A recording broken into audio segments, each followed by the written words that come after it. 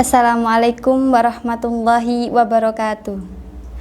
Alhamdulillahirabbil alamin wa bihi nasta'in wala umurid dunya waddin wassalatu wassalamu ala asrofil anbiya'i wal mursalin sayyidina wa maulana Muhammadin wa ala alihi wa sahbihi ajmain amma ba'd. Yang terhormat Bapak Kepala Madrasah Aliyah Unggulan Kiai Haji Abdul Wahab Hasbullah, Bapak Faizun MPD.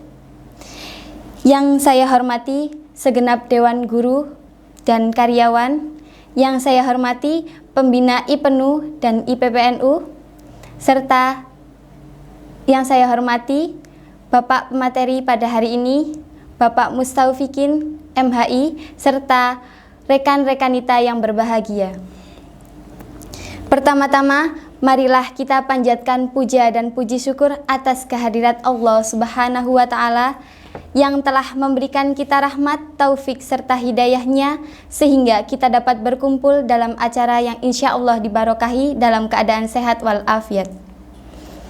Salawat serta salam tetap tercurah limpahkan kepada Sang Revolusioner Islam, Habibullah, Khalilullah, Nabi Muhammad Sallallahu Alaihi Wasallam, yang telah menuntun gerak langkah kita dari zaman kegelapan menuju zaman yang terang benderang, yakni ad-dinul Islam wal iman. Marilah kita buka acara pada hari ini dengan pembacaan Ummul Quran dengan harapan semoga acara demi acara berjalan dengan lancar. Ala hadiniyah wa ala kulli niyatin sholihah. Al-Fatihah. Bismillahirrahmanirrahim.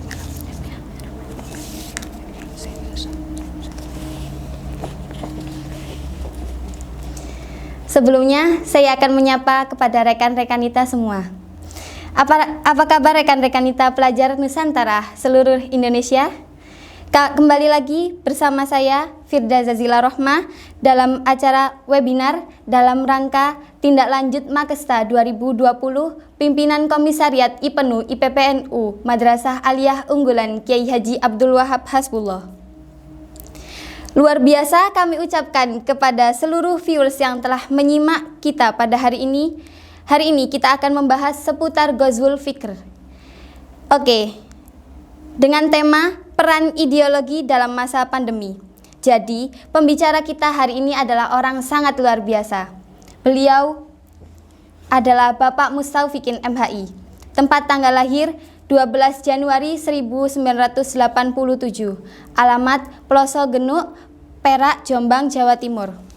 Riwayat pendidikan RA MI SMPN 2 Rawasari, MTS Salafiyah Pondok Termas, MA Salafiyah Pondok Termas, S1 jurusan Ahwal Al-Syahsiyah IAIN Sunan Ampel, S2 Dirosah Islamiyah UIN Sunan Ampel Surabaya.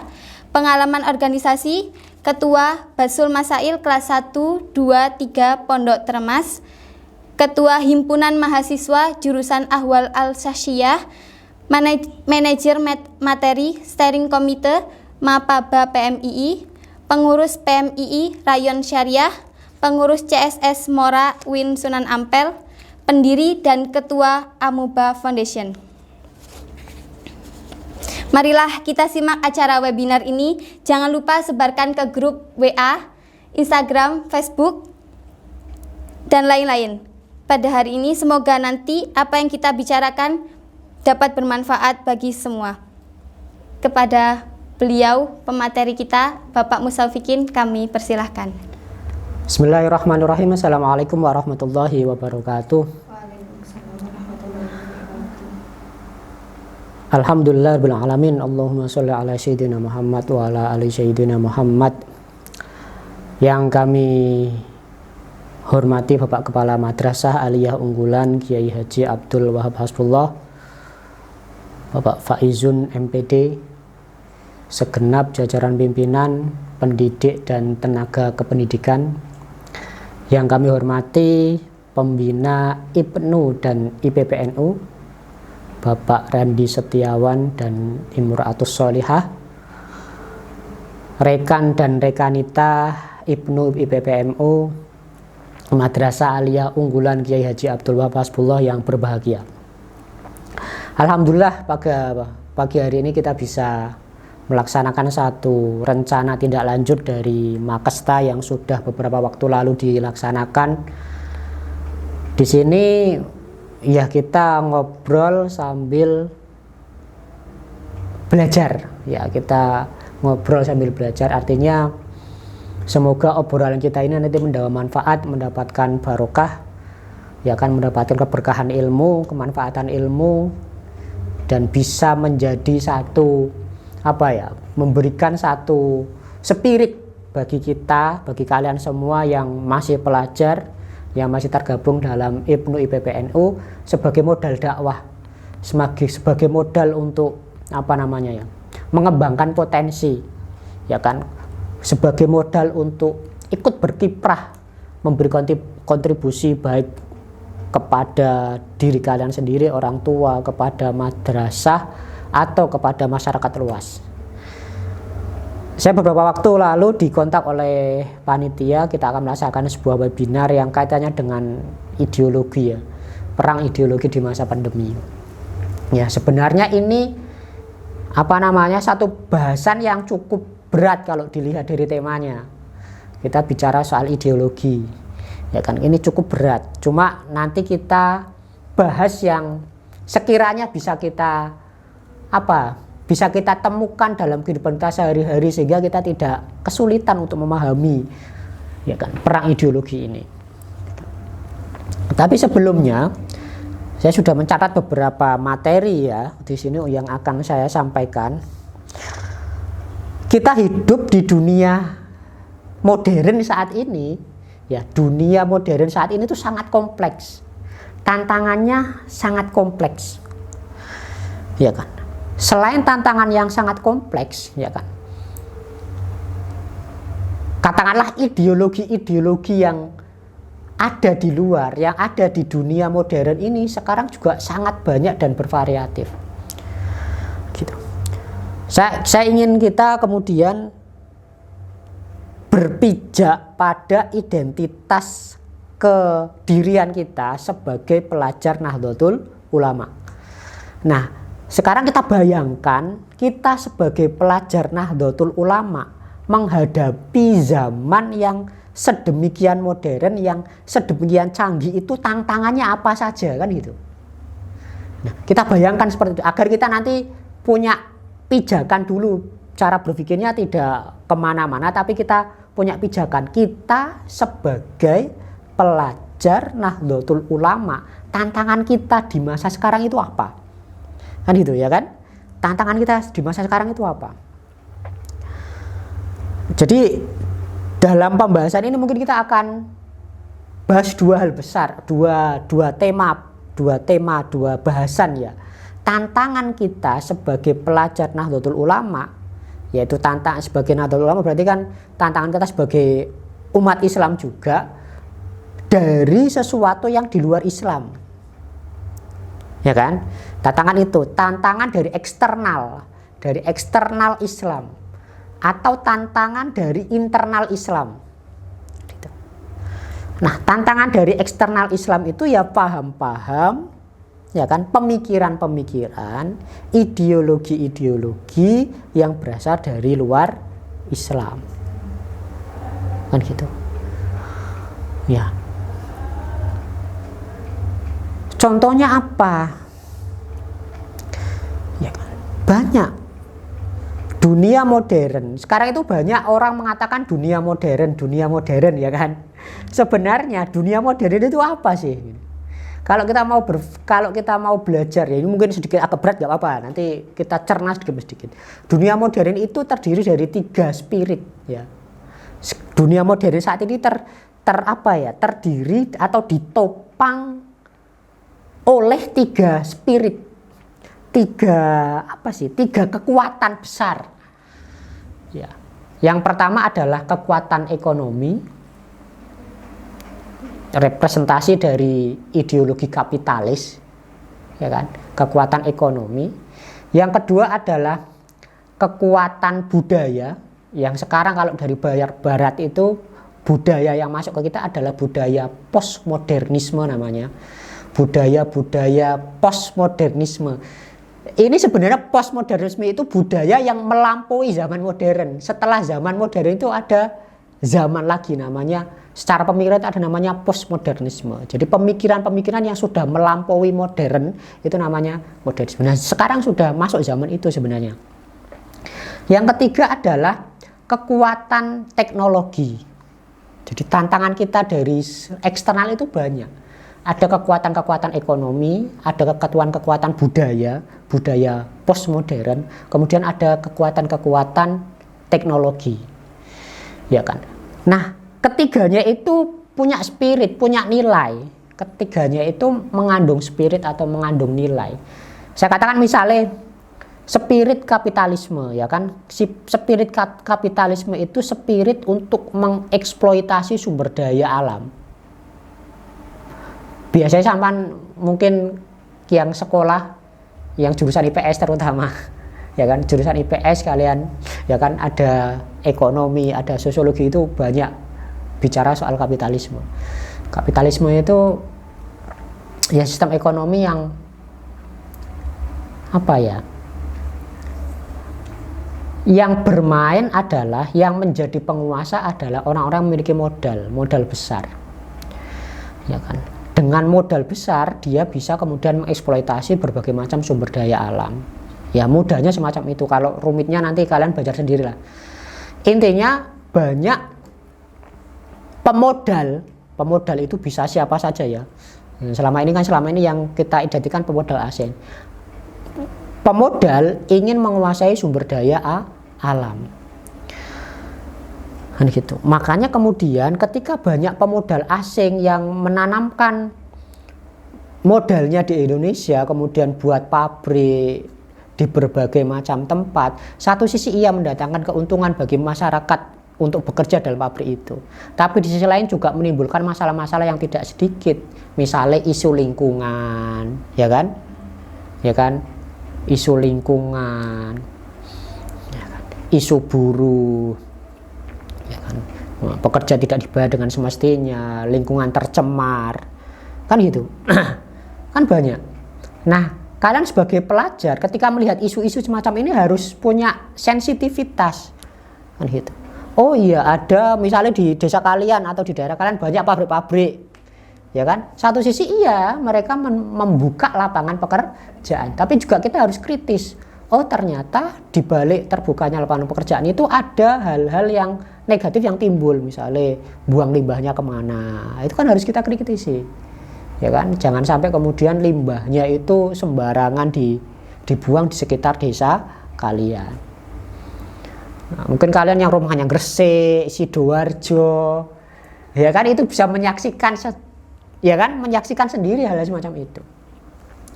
Ya, jadi eksploitasi besar-besaran. Kemudian ada budaya pasca modern, budaya postmodernisme.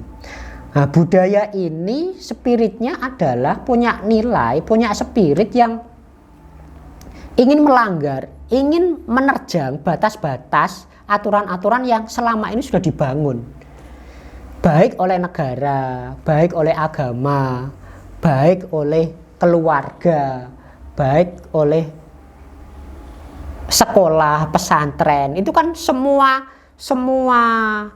struktur masyarakat kan punya aturan biasanya, ya kan. Negara ada aturannya, sekolah ada aturan, pesantren ada aturan, keluarga kita sendiri ada aturan. Nah, spirit pasca modern itu spirit kebebasan, spirit ingin membebaskan diri dari semua belenggu aturan, ingin bebas.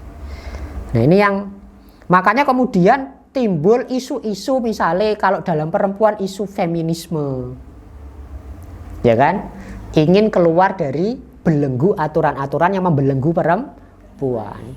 Nah, kita sebagai pelajar Islam itu harus, yang pertama harus sadar tentang isu-isu semacam ini. Isu-isu semacam ini kemudian bagaimana cara kita menyikapinya.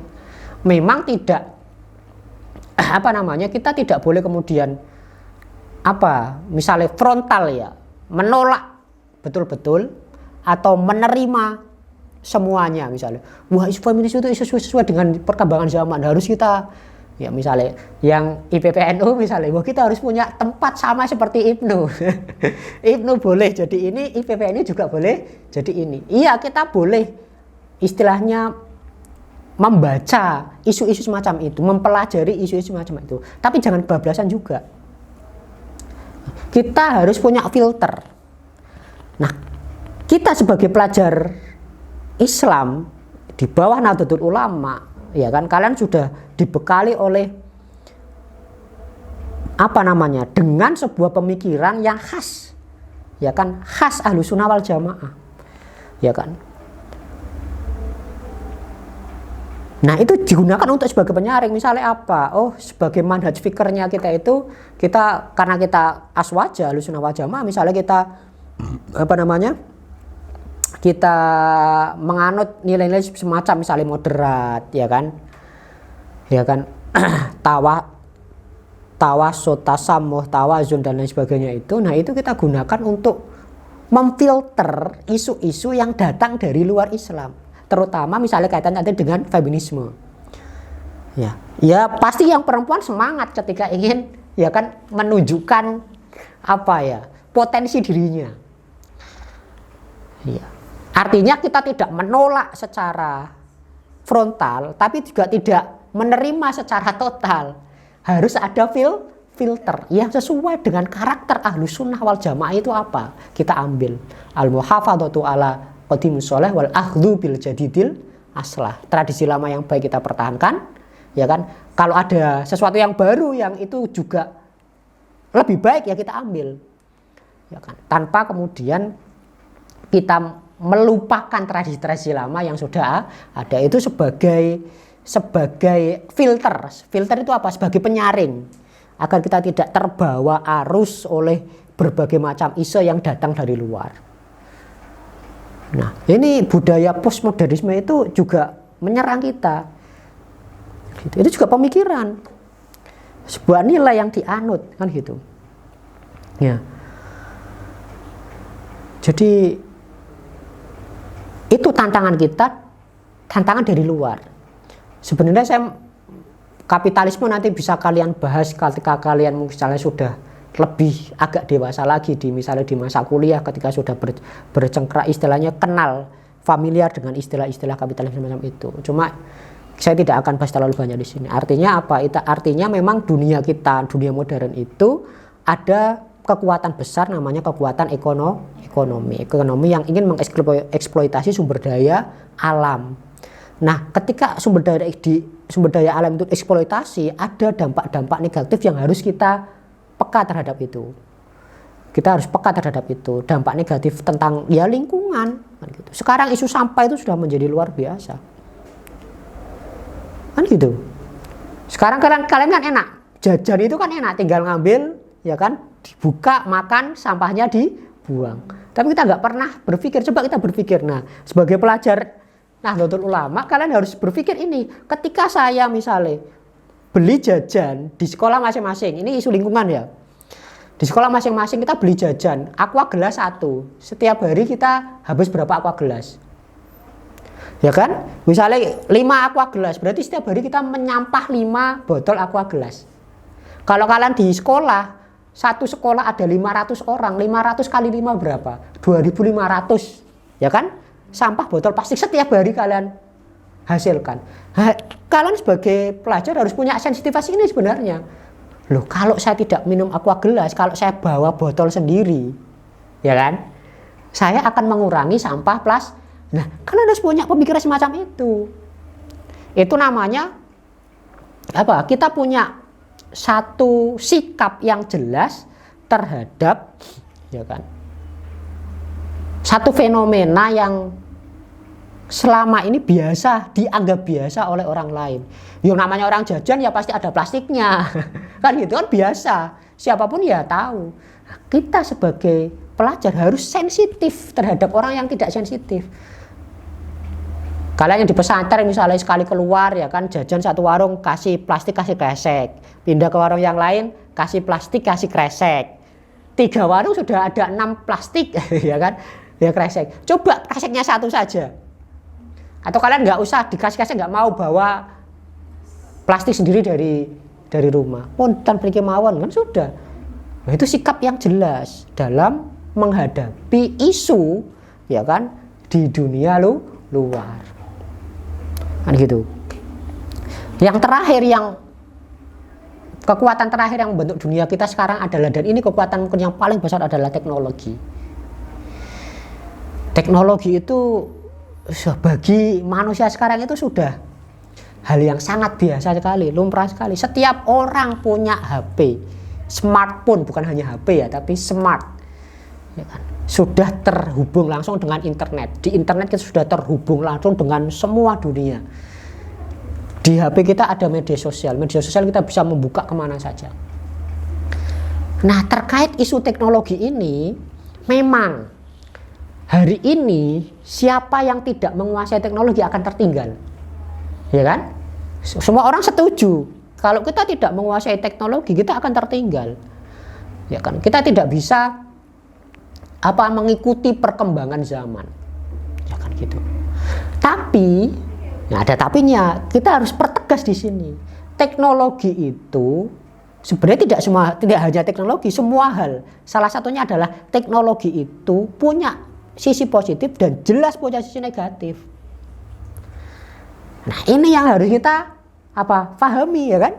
Yang harus kita pikirkan. Jangan kita hanya ikut-ikutan menggunakan teknologi semau kita, sebebas kita, tanpa pernah berpikir dampak negatif dari teknologi itu apa. Ya kan? Teknologi itu, ya kan, satu sisi ia melahirkan satu terobosan-terobosan yang luar biasa.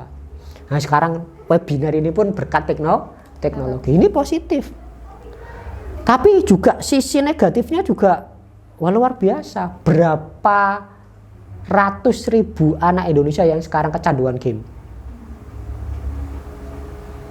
Betapa pelajar kita, ya kan, yang seusia kalian atau usia di bawah kalian, sekolah menengah pertama atau sekolah menengah atas, itu setiap hari sudah bawa HP dan setiap hari sudah buka game. Saya tidak bicara game itu buruk. Maksudnya game itu pasti buruk, ya tidak. Mungkin ada baiknya juga, tapi kalau berlebihan juga tidak baik juga, kan gitu. Di saat semuanya sudah akrab dengan teknologi, di sisi lain masih sangat minim kesadaran, ya kan, tentang dampak negatif dari teknologi. Makanya sebagian besar dari teman-teman kalian itu banyak yang hanyut, banyak yang terbawa, ya kan, banyak yang terbawa arus menggunakan teknologi tanpa kontrol. Nah, kalian, lagi-lagi sebagai pelajar, ya kan, sebagai pelajar di bawah Nahdlatul Ulama harus cerdas memahami isu ini, kan gitu. Kalian harus harus memberikan satu contoh, satu gerakan bagaimana agar para remaja itu menggunakan teknologi untuk hal yang positif, ya kan, bukan untuk hal yang negatif. Nah, itu penting, harus dipikirkan, ya apa ya, bagaimana caranya agar program-program kalian itu menyentuh, ya kan, kehidupan hidup di dunia teknologi, tetapi mengarahkan kepada hal-hal yang positif. Gitu. Bukan kita terbawa kepada hal-hal yang negatif. Jadi isu teknologi ini harus saya tekankan di teknologi. Kenapa? Karena hampir semua anak seusia kalian itu sudah menggunakan teknologi. Oke, sekarang kita lebih spesifik lagi. Teknologi itu bukan cuma perangkat, bukan cuma alat, ya. Teknologi itu melahirkan sebuah nilai, ya kan? Jadi nilai itu tidak hanya kita dapatkan dari agama, dari pendidikan PPKN, ya kan, dari guru, dari ustadz. Sekarang nilai itu kadang bisa kita dapatkan dari teknologi. Salah satu nilai yang lahir dari teknologi itu apa? Kecepatan, ya kan? Betapa orang sekarang itu hidup pingnya serba cepat. Ya, itu nilai yang lahir karena teknologi sekarang semakin cepat. Dulu waktu tidak ada telepon, orang surat menyurat untuk mendapatkan balasan itu kirim surat 1 minggu, ya kan? Ya kan, balasannya datang 1 minggu, 2 minggu baru sampai balasannya. Saya masih ngumani zaman saya mondok itu berkirim surat dengan teman saya dulu. Saya masih tahun 2002, ya kan? Kalian lahir tahun berapa? Lahir. Belum lahir. Ya, tahun 2002 itu saya mondok. Itu saya masih surat menyurat dengan teman saya. 1 minggu saya kirim surat, 2 minggu pasti datang balasan, ya kan? Dan kita santai saja ya kan? Santai saja mendapatkan balasan 2 minggu, santai saja. Sekarang kalian ngirim WA kepada teman kalian, tidak dibalas 5 menit. Ya kan? Tidak dibalas 5 menit itu sudah gergeten. Ya kan? Betapa kemudian budaya nilai kecepatan itu kemudian melahirkan satu perilaku budaya kecepatan. Gitu. Ya kan? Budaya kecepatan. Pengen cepet kabeh kalian datang ke rumah makan. Pasti sing digolek sing cepet layanane. Ya ayo ke sana saja, ke warung sana, ke kafe sana, ke rumah makan saya. Kenapa? Cepat pelayanannya. Orang sekarang ingin pelayanan yang cepat. Apakah cepat itu buruk? Tidak, baik. Baik, cepat itu baik. Tapi sekali lagi saya katakan, segala sesuatu itu pasti ada 2 sisi ya. Sisi baik, sisi buruk. Pasti. Ya kan? Nah, ketika kalian menghadapi dunia saat ini yang serba cepat, memang kita harus lomba-lomba untuk menjadi cepat. Ya kan? Berinovasi, menciptakan sesuatu hal yang baru. Memang kita harus semacam itu. Karena kalau tidak kita akan tertinggal. Ya kan? Ada seorang katakanlah filosof yang mengatakan di dunia sekarang ini yang serba cepat, berhenti berarti mati. Jadi kalau kita berhenti berarti kita akan tergilas oleh zaman, kita akan tertinggal kan gitu. Iya, kita harus cepat berinovasi, berkreativitas, tapi nah ini tapinya yang perlu kalian dari tadi kan, tapinya ini yang harus menjadi pelajaran penting. Di tengah kehidupan yang serba cepat dan serba tergesa-gesa ini, kita harus punya waktu untuk berpikir. Kebanyakan masyarakat modern itu kehilangan waktu untuk, kalau dalam bahasa kita itu muhasabah, untuk merenung, ya kan, untuk menilai, menakar diri sendiri, ya kan. Bagaimana, misalnya kita sekalian sebagai pelajar, bagaimana saya itu sudah baik atau belum ketika misalnya saya di sekolah itu sudah ada kemajuan atau belum, cara belajar saya sudah benar atau belum, ya kan. Harus ada waktu untuk muhasabah, karena sisi negatif dari dunia yang semakin cepat ini itu kadang orang lupa untuk bermuhasabah diri. Orang kebanyakan pinginnya maju terus, wes, ya kan, cepet-cepet maju terus tanpa ada waktu untuk berpikir ke belakang lebih dahulu.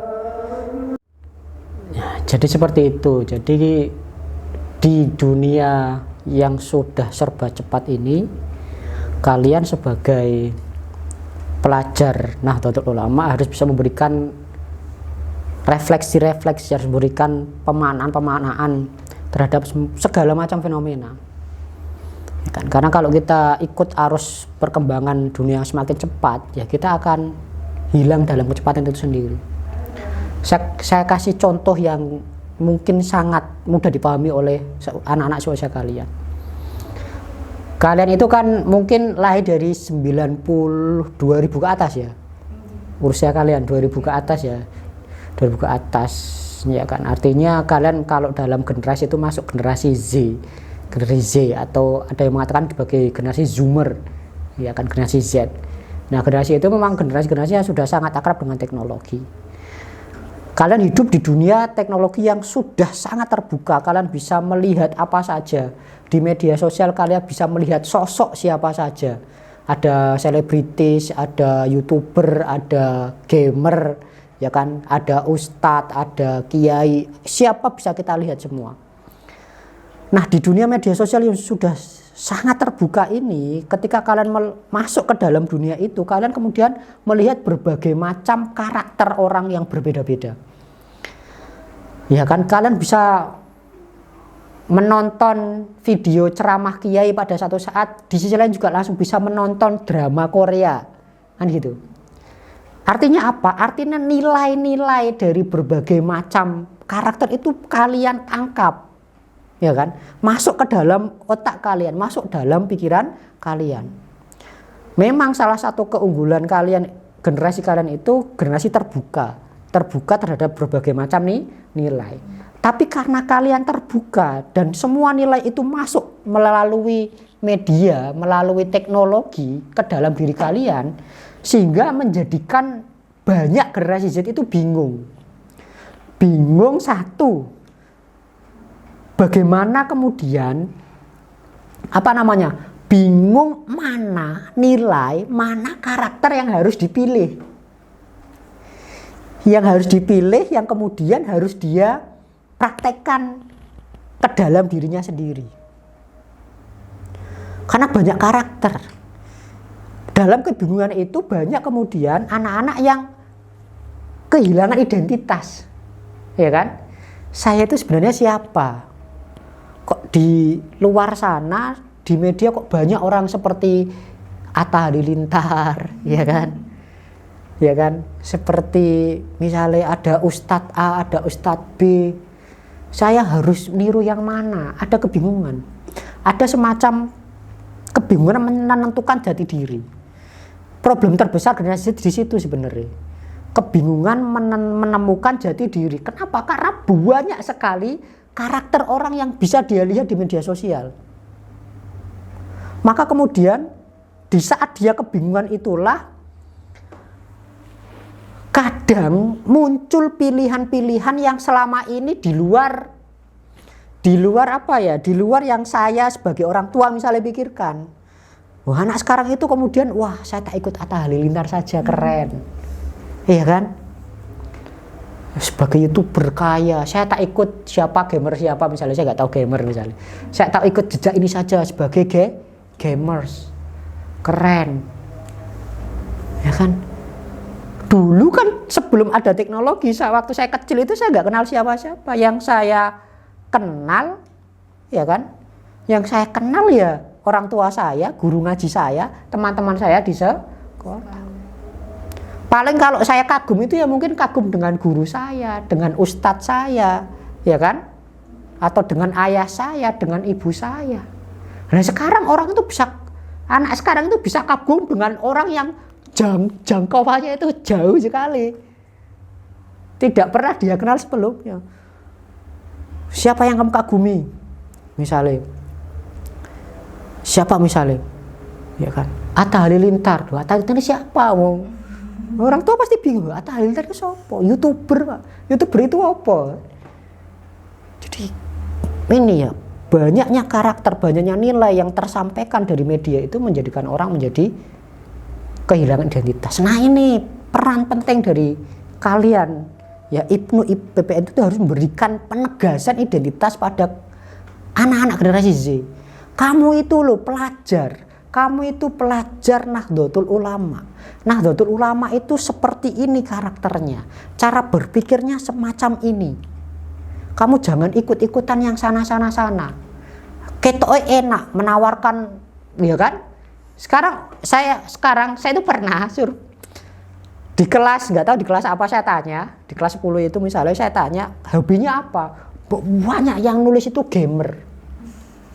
Dulu ketika saya sekolah, ketika saya tanya hobi juga ada itu, nah kata-kata gamer itu. Sekarang banyak gamer.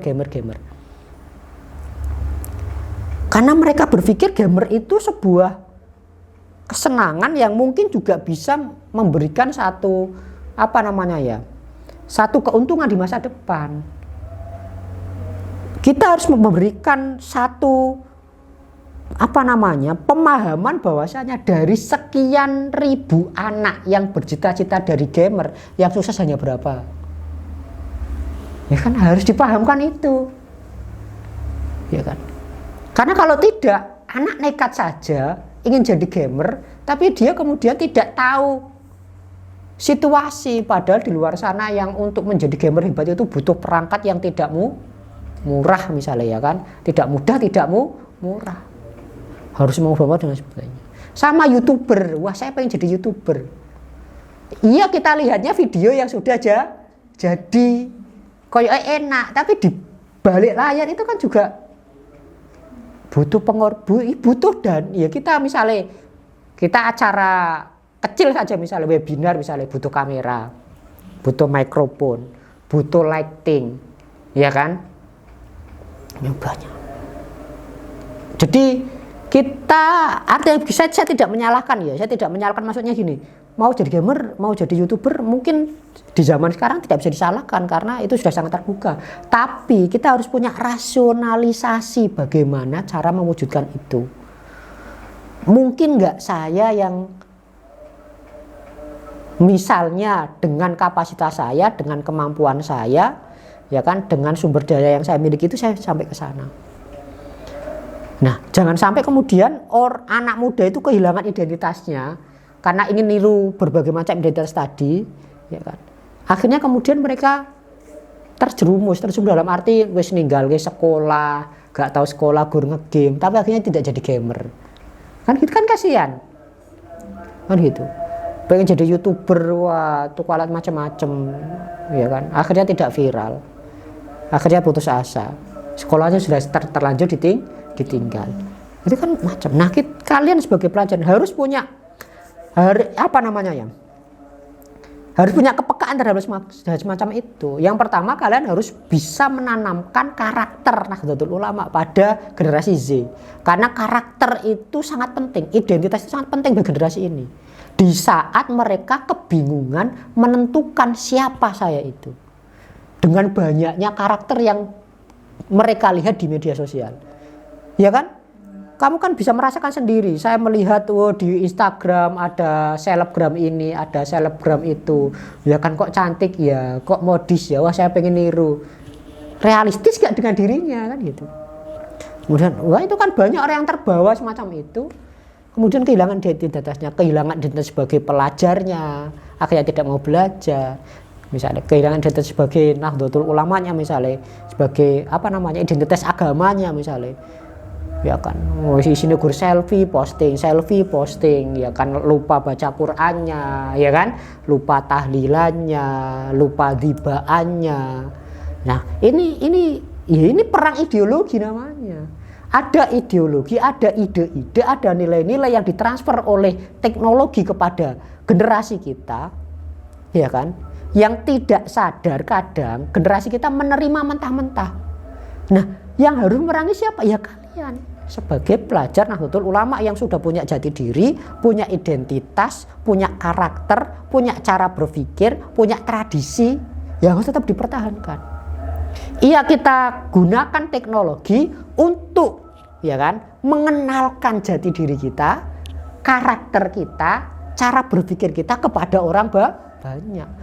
Jangan sampai kita dikuasai teknologi, tapi kita menguasai teknologi, ya kan, untuk membentuk karakter generasi Z, ya kan, agar sejalan dengan karakter Ibnu IPPNU, karakter Aswaja, karakter keindonesiaan dan lain sebagainya. Nah, itu pentingnya. Jadi ideologi itu tentang tatanan nilai, dan tatanan nilai itu sekarang banyak sekali. Jadi itu.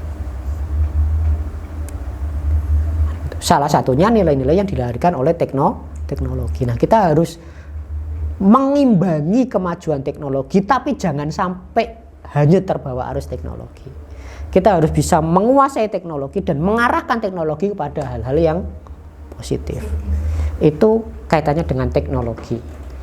Jadi itu dari luar ada kapitalisme ya, dengan berbagai macam eksploitasi sumber daya alam. Kita harus peka dengan isu-isu yang kaitannya dengan lingkungan. ya kan, budaya postmodernisme yang menawarkan berbagai macam kebebasan, ya kan. Kita harus peka juga dengan isu-isu semacam itu, jangan sampai bebasnya kebablasan. Kita punya penyaring, ya kan, kita punya filter, karakter aswaja kita, Ahlussunnah wal Jamaah kita, tawasud, tawazun, tasamuh. Nah, itu kita gunakan dalam menghadapi teknologi juga demikian. Kita harus pandai-pandai menguasai teknologi, tapi jangan sampai terbawa arus teknologi. Nah, kemudian ideologi yang ada di intern Islam itu sendiri, tantangan terbesar kita sebenarnya ada dua, radikalisme sama mereka yang mengusung khilafah, ya kan? Faham-faham radikal, ya kan, sama mereka yang mengusung slogan khilafah. Oke, HTI sudah dibubarkan secara organisasi, tapi gerakan-gerakan mereka di bawah itu masih sangat kencang. Propaganda mereka, entah lewat kajian, entah lewat seminar. Yang terbaru, kalau tidak salah tanggal 20 Agustus, pihak mereka itu mau meluncing sebuah film. Ada film, saya lupa judulnya. Kemarin ada beberapa tulisan. Yang intinya di film itu ingin memelintirkan sejarah, bagaimana agar sejarah umat Islam di Indonesia itu dipelintir, dibelokkan, ya kan? Yang berjasa adalah khilafah di Turki Utsmani. Kita sudah tahu betul-betul sejarah Islam di Nusantara itu disebarkan oleh Wali Songo, ya kan? Nah, ini mau dibelokkan. Hati-hati lewat propaganda film. Nah, ini luar biasa. Ada kemarin diskusinya itu, ya lagi-lagi ya orang-orang itu Felixio, ya kan, kemudian mantan ketua HTI-nya. Mereka bicara soal itu. Ini tantangan kita. Maka kita harus memperkuat pengetahuan kita kaitannya dengan sejarah Islam Nusantara. Di luar sejarah Islam Nusantara, tradisi pemikiran, tradisi keilmuan itu harus kita jaga, harus kita pelajari betul-betul, agar ketika ada orang lain mau membelokkan, itu kita sudah paham. Oh, di sini mau dipelintir sejarahnya. Oh, di sini mau ada pembelokan, ya kan, sejarah. Wah, ini bahaya. Karena ini di internal umat Islam sendiri. Ini masih terus gencar sekali. Maka kita jangan lengah. Kalian sebagai pelajar harus betul-betul mau belajar sejarah agar tidak mudah dibelokkan oleh berbagai macam pihak. Kenapa masih ada orang yang percaya terhadap apa yang mereka katakan? Karena tidak tahu sejarah. Ketika mereka ceritani, ya, diberitahu oleh mereka sejarah seperti itu, ya iya saja. Nah, kita yang paham sejarah, betul-betul paham sejarah umat Islam yang ada di Indonesia, itu maka kita harus ya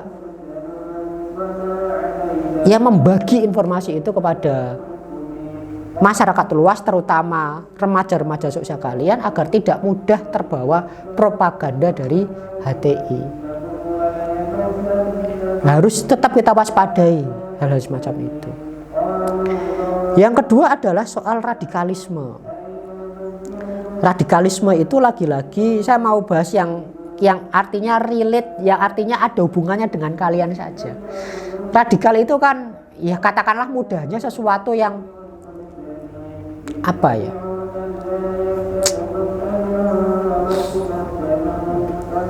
sesuatu yang keras lah, sesuatu yang keras, yang frontal, yang ingin menang sendiri, ingin benar sendiri. Nah, radikal itu bisa hanya dalam pikiran kita, jadi pemikiran kita radikal, pemikiran kita keras misalnya. Ada yang sudah mewujud pada ucapan kita, ucapan-ucapan yang keras misalnya, ya kan. Keras itu misalnya apa ya, mengatakan orang lain sesat, kafir dan lain sebagainya, atau yang sudah pada perilaku. perilaku perusakan, ya kan, pembubaran kegiatan upacara adat, ya kan, oleh kelompok-kelompok ormas tertentu, kan gitu. Nah, itu radikal ya sebenarnya mereka adalah sesama saudara umat Islam kita, sesama umat Islam, sama dengan kita. Cuma paham mereka mungkin keras, dan kerasnya itu ditunjukkan dengan mengatakan orang yang tidak sepaham dengan mereka itu sebagai orang yang sesat atau orang yang kafir. Lagi-lagi kita harus kembali kepada sejarah. Sejarah semacam ini kan sudah ada. Dulu ketika kita belajar tentang Khawarij, ya kan, kelompok Khawarij itu orang-orang yang keras, yang mengkafirkan orang-orang di luar kelompok mereka, kan gitu. Ketika peristiwa tahkim mereka keluar dari barisan Ali, menganggap Ali dan Muawiyah yang pada waktu itu dalam perang Siffin sebagai, ya kan, orang yang katakanlah sesat, ya kan, kafir, keluar dari Islam, ya kan, dan halal darahnya. Itu kan sudah ada, sejarahnya sudah ada. Seharusnya kita mau belajar dari situ. Artinya sikap keras itu hanya melahirkan perpecahan saja. Makanya kita sebagai pelajar, ya kan, Nahdlatul Ulama harus betul-betul meresapi, memahami karakter cara berpikir kita. Ya tasamuh, ya kan, toleran, tawasud, ya kan, kita harus moderat.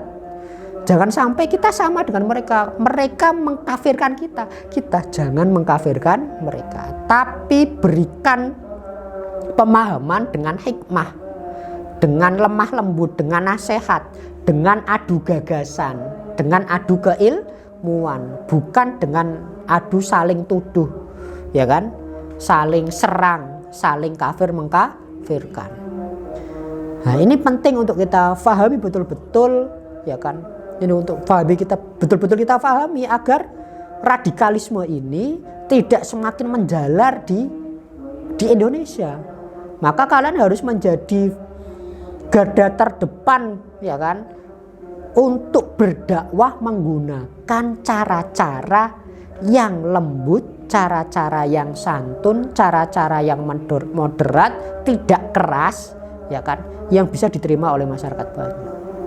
Memang sulit ketika orang lain keras kepada kita itu kan kita inginnya membalas keras kepada mereka, kan itu.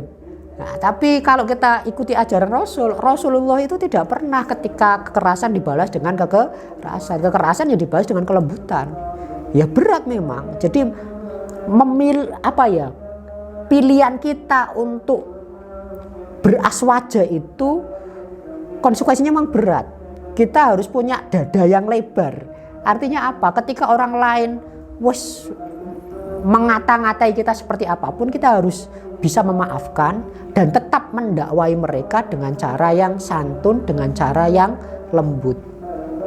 Nah, radikalisme itu sekarang tumbuh subur di media sosial, di internet, di WA, di grup-grup WA, di Instagram, ya kan, di Facebook. Nah, kalian sebagai pelajar NU harus juga mampu mengikuti itu, bukan membalas ya, menandingi cara berdakwah mereka yang keras dengan cara berdakwah kalian yang lembut. Nah, gitu. Mereka buat meme, ya kan, meme klepon tidak syar'i misal. Ya kalian harus buat meme yang sama, yang memberikan pesan yang lebih positif. Gitu. Semuanya disyarikan semua, ya kan. Bahkan rompi para goeser itu ada, mereka buat produk syar'i, macam-macam pokoknya. Dakwah mereka itu banyak sekali di media sosial. Terakhir kemarin misalnya ada nama-nama yang mengandung misalnya kata-kata Wisnu, Bumi Pertiwi, ya kan, tidak akan masuk surga. Ya, kalian harus punya kemudian bagaimana cara menjelaskannya ke masyarakat, memberikan second opinion, memberikan pemahaman lain. Kalau dalam fikih itu kan satu pendapat pasti ada pendapat yang lain. Kalau mereka berpendapat melalui satu pendapat, kita harus memberikan pendapat-pendapat yang lain agar masyarakat lebih cerdas. Oh, ternyata ada pendapat ini, ada pendapat itu, tidak harus seperti ini. Ini hanya salah satu saja. Jadi lagi-lagi ini kaitannya memang dengan teknologi. Mereka sangat lihai memainkan teknologi untuk penyebaran dakwah mereka. Nah, kita juga harus sama lihainya menggunakan teknologi, ya kan, untuk dakwah kita yang lembut, yang santun, agar perang ideologi itu, ya kan, atau husbul fikr itu, perang pemikiran itu tetap dalam koridor etika yang baik. Nggak apa-apa misalnya mereka itu dengan kata-kata yang kasar, tapi kita jangan. Kita perang pemikiran itu dengan santun, dengan ilmu tentunya, ya kan, dengan pengetahuan yang dalam, yang luas, sehingga masyarakat nanti yang akan menentukan, oh ternyata pemikiran-pemikiran dari remaja-remaja ini itu yang masuk akal, ya kan, yang bisa kita terima, yang lebih enak diterima, bukan yang keras, kan gitu. Jadi kita buktikan bahwasanya kita juga bisa berdakwah dengan santun, lembut, ya kan, penuh dengan ilmu yang luas, yang dalam, sehingga membuka kesadaran masyarakat bahwasanya Islam itu Islam yang rahmatan lil alamin. Nah, itu jadi perang ideologi itu artinya perang itu kita maknai sebagai tantangan kita menghadapi pemikiran-pemikiran dari luar Islam atau dari dalam Islam, seperti apa yang sudah saya sampaikan dari awal tadi. Ya, untuk sesi ini cukup sekian, saya kembalikan lagi ke moderator. Mungkin ada pertanyaan-pertanyaan yang silakan disampaikan saja. Nah, di sini Ustaz ada rekan dan rekanita yang sudah mempunyai pertanyaan. Saya bacakan pertanyaannya. Pertanyaan yang pertama itu dari rekanita Vivi. Bagaimana cara menghadapi sikap ideologi radikal? Dan pertanyaan yang kedua niku dari rekan Dwi. Bagaimana pendapat Ustadz mengenai kaum sesat dan radikal seperti Wahabi, tetapi mereka tidak mau dikatakan radikal apalagi menyesatkan? Oke, terima kasih atas pertanyaannya dari rekanita Vivi dan rekan Dwi. Ya, pertanyaan yang sangat bagus. Ya, karena waktu kita tidak banyak ya, jadi cukup 2 pertanyaan saja. Nanti kalau butuh diskusi ya diskusi di luar forum saja, tidak apa-apa. Bagaimana cara menyikapi atau menghadapi orang-orang yang memiliki paham radikal, kan gitu. Ya, seperti yang saya katakan tadi, Rasulullah itu mengajarkan kita untuk membalas kekerasan dengan kelembutan, ya kan. Membalas sesuatu yang tidak baik dengan sesuatu yang baik. Ada satu hadis yang saya sebenarnya suka sekali hadis ini, karena itu cerminan dari umat Islam, yaitu al-muslimu man salimal muslimun min lisanihi wa yadihi. Saya sangat suka hadis ini. Seorang muslim adalah seseorang yang tidak melukai, tidak menyakiti muslim yang lain dengan ucapan dan perilakunya. Nah, ini saja yang menjadikan satu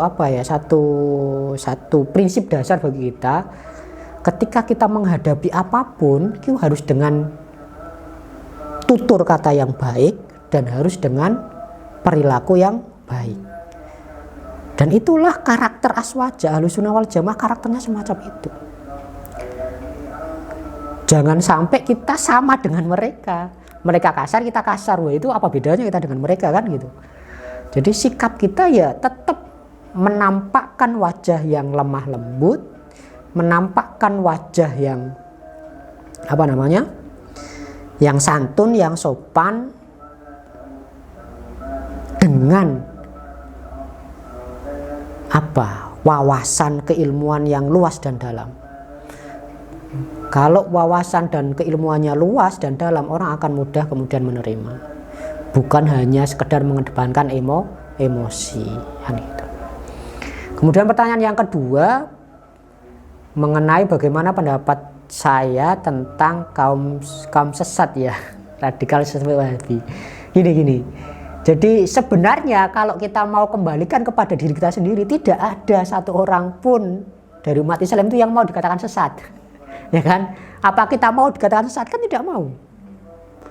Wahabi mengatakan kita sesat misalnya. Amaliyah kita misalnya bid'ah. Kita kan tidak mau. Karena kita punya dalil ya kan sendiri. Kita punya metodologi istinbat hukum sendiri. Sama ketika kita kemudian mengatakan Wahabi sesat misalnya, Wahabi radikal, apa mereka mau? Ya tidak kan? Mereka menganggap diri mereka ya misalnya ya tidak sesat, ya tidak radikal, karena mereka punya dalil, punya sumber, ya kan, punya metodologi istinbat hukum sendiri. Wajar sebenarnya, makanya kalau dari segi kita boleh kok kita itu berbeda pendapat, ya kan, boleh kita tahlilan mereka tidak boleh, ya kan gitu, kita istighosah mereka tidak boleh, ya kan. Yang tidak boleh kan saling kata mengatai gitu, ya kan, kita mengatakan mereka sesat, mereka mengatakan kita sesat. Ya pendapatmu ya gunakanlah untukmu tanpa menyesatkan pendapatku. Pendapat kita ya kita gunakan untuk diri kita tanpa kemudian memprovokasi orang untuk mensesatkan mereka. Kalau kita ditanya orang bagaimana pendapat kita tentang mereka, ya kita sampaikan pandangan kita. Kan gitu, kan gitu. Jadi ya kita kembalikan, memang ya nggak ada kelompok manapun atau siapapun yang yang rela dikatakan sesat. Maka dari itu seperti yang saya katakan tadi, sampaikan semua itu dengan ilmu, ya kan, dengan dalil, dengan bukti, ya kan, dengan hujjah. Misalnya kalau kita melakukan tahlil, apa hujjah kita sampaikan, kan gitu. Nggak perlu kemudian kita mengatakan yang tidak percaya tahlil mereka sesat, nggak perlu misalnya. Jadi ya mau bagaimanapun, masa kita memaksa kamu Wahabi harus mengakui bahwasanya kamu sesat? Ya nggak bisa. Sama ketika mereka mengatakan ke kita, kamu NU harus mengakui kamu bid'ah. Ya kan, ya tidak bisa. Wong kita punya kepercayaan masing-masing, punya dalil masing-masing, punya metode istinbat hukum masing-masing, punya madhab masing-masing. Oleh karena itu kita harus ya saling menjaga saja, saling menghormati, saling toleransi agar tidak saling usik satu sama lain. Saya yakin orang-orang NU, kiai-kiai NU itu tidak ada kok yang kemudian menyerang orang-orang lain itu dengan frontal. Ya memang selama ini yang banyak orang Wahabi yang menyerang kita. Ya kan. Tapi sekali lagi dari pertanyaan pertama, cara kita menyikapi hal itu ya lagi-lagi dengan cara sesuai dengan karakter Ahlussunnah wal Jamaah, karakter Islam rahmatan lil alamin, harus dengan sopan santun, dengan lembut, ya kan? Dengan ilmu. Itu saja dari saya, kurang lebihnya mohon maaf apabila ada kata-kata yang salah dan kalian menemukan itu terjadi kesalahan, silahkan panjenengan ralat agar kesalahan itu tidak berlarut-larut sampai akhir zaman misalnya.